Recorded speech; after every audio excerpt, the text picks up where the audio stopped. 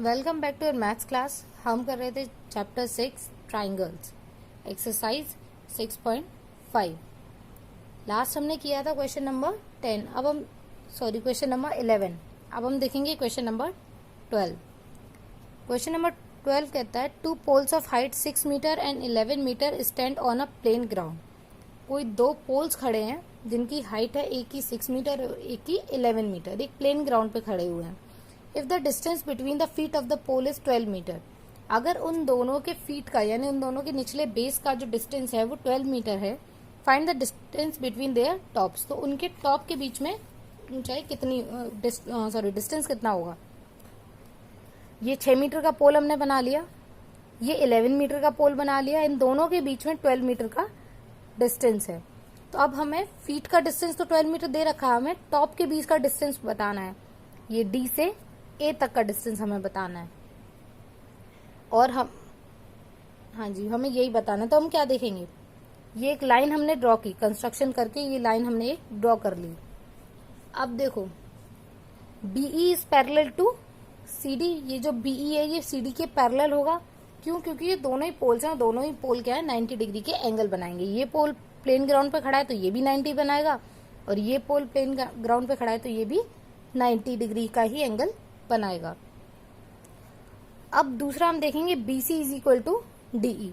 जब ये straight line हमने डाली है या ये हम कह लें कि ये परपेंडिकुलर हमने डाला है तो इसके बीच की इन दोनों पॉइंट के बीच की डिस्टेंस और इन दोनों पॉइंट के बीच की डिस्टेंस इक्वल होगी, क्योंकि जब ये दोनों लाइन पैरेलल हैं तो इनके बीच का डिफरेंस बराबर ही होगा।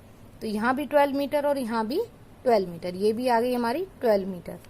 अब देखो जब ये दोनों पैरेलल है तो इन दोनों की भी लेंथ बराबर होगी, ये भी 6 मीटर तो ये भी हो जाएगा हमारा 6 मीटर। तो हमें ये वाली डायमेंशन मिल गई, ये वाली हम निकाल सकते हैं 11 माइनस 6 5 हो जाएगी। अब देखो हम पाइथागोरस लगा सकते हैं, इसमें हाइट है, बेस है, हाइपो हमें निकालना है। तो हम वही करेंगे। क्या करेंगे, सबसे पहले तो हमने ये सारी डायमेंशन निकाल के दिखा दी यहाँ पे। BC और DE 12, CD और BE, जब CD 6 है तो BE भी 6 हो जाएगी। AE हमने निकाल दिया, AB माइनस BE 11 माइनस 6 तो आ गया 5 मीटर।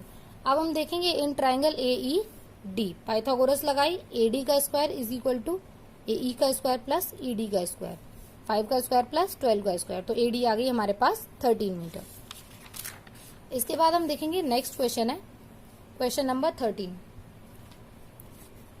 इन ट्राइंगल ABC,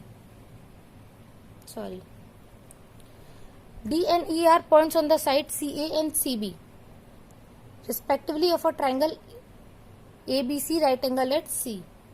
कोई राइट एंगल ट्राइंगल है,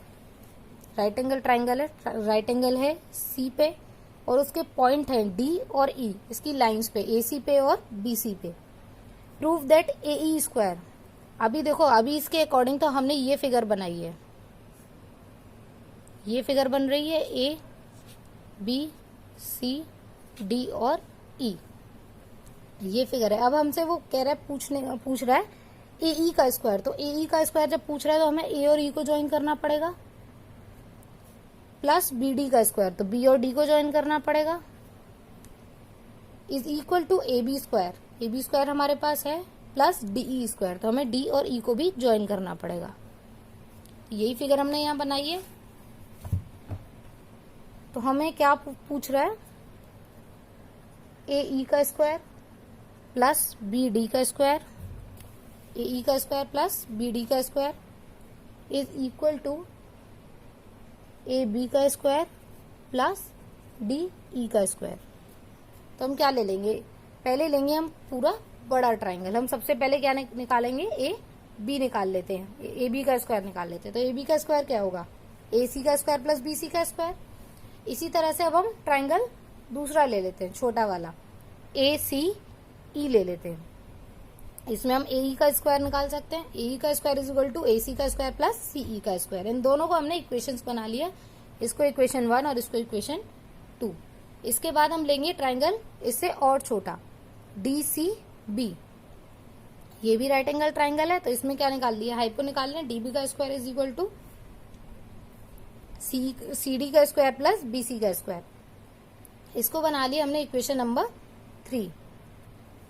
उसके बाद हम लेंगे और छोटा ट्राइंगल DCE। इसमें हम क्या निकालेंगे, DE का square is equal to DC का स्क्वायर प्लस CE का स्क्वायर। इसको बना लिया हमने इक्वेशन नंबर 4।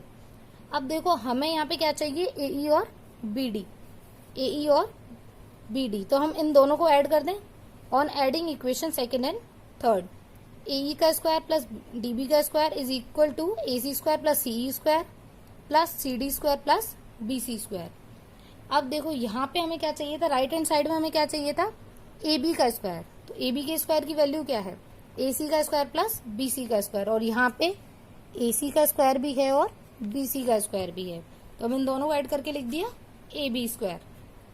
उसके बाद दूसरा हमें चाहिए यहाँ पे DE स्क्वायर। तो DE स्क्वायर की वैल्यू क्या है, CD का स्क्वायर प्लस CE का स्क्वायर। यहाँ पे CD का स्क्वायर भी है और CE का स्क्वायर भी है, तो इसे हम लिख देंगे DE स्क्वायर। तो ये भी हमारा यहाँ पे